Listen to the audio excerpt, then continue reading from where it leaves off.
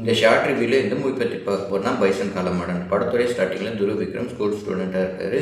அவருக்கு கபடி மேலே love and fashion இருக்குது. ஆனால் அவங்க அப்பாவான பசுபதி கபடியில் போய் அப்படியே வயலன்ஸாக மாறிடுவான்னு துருவ் விக்ரமை கபடி மேட்ச்சுக்கு போகக்கூடாதுன்னு சொல்கிறாரு. School PT master Dhruv Vikram kabaddi டேலண்ட்டை பார்த்து ஸ்கூல் டீமில் சேர்த்துக்கிறாரு.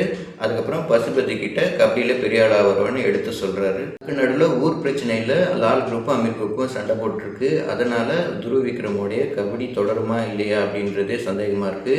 அதுக்கப்புறம் என்னாச்சு அப்படின்னு தான் படத்துடைய மீதி கதை. துருவ் விக்ரம் இந்த படத்தில் கபடி பிளேயராகவே மாறி இருக்காரு. ஃபிட்னஸ் நல்லாவே மெயின்டைன் பண்ணியிருக்காரு. அவருக்கு உண்டான ஸ்கோப் உள்ள சீனில் நல்லாவே ஸ்கோர் பண்ணியிருக்காருன்னு தான் சொல்லணும். பசுபதி சார்பட்டா பரம்பரைக்கு அப்புறம் தரமான கேரக்டரில் பண்ணியிருக்காரு.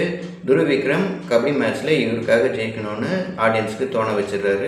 கேரக்டர்ஸில் வந்த ஆக்டர் லால், அமீர், ரஜிஷா விஜயன், அருவி மதன், அனுபமா பரமேஸ்வரன் எல்லாருமே கேரக்டர்ஸை நல்லாவே பண்ணியிருக்காங்க. டேரக்டர் மாரி செல்வரா யூஸ்வலாக ஒரு படத்தில் ஒடுக்கப்பட்ட மக்களுடைய வாழ்வியல், அவங்க எப்படி வாழ்க்கையில் போராடி வெல்றாங்க அப்படின்னு தான் படத்தோட கதையாக இருக்கும். இந்த மூவியில் ஸ்போர்ட்ஸை வச்சு அதுக்கு வெளியில் இருக்கிற எக்ஸ்டர்னல் பாலிடிக்ஸை வச்சு பேசியிருக்காரு. டீசென்ட் வாட்சாக முடிஞ்சிருக்கு இந்த பைசன்.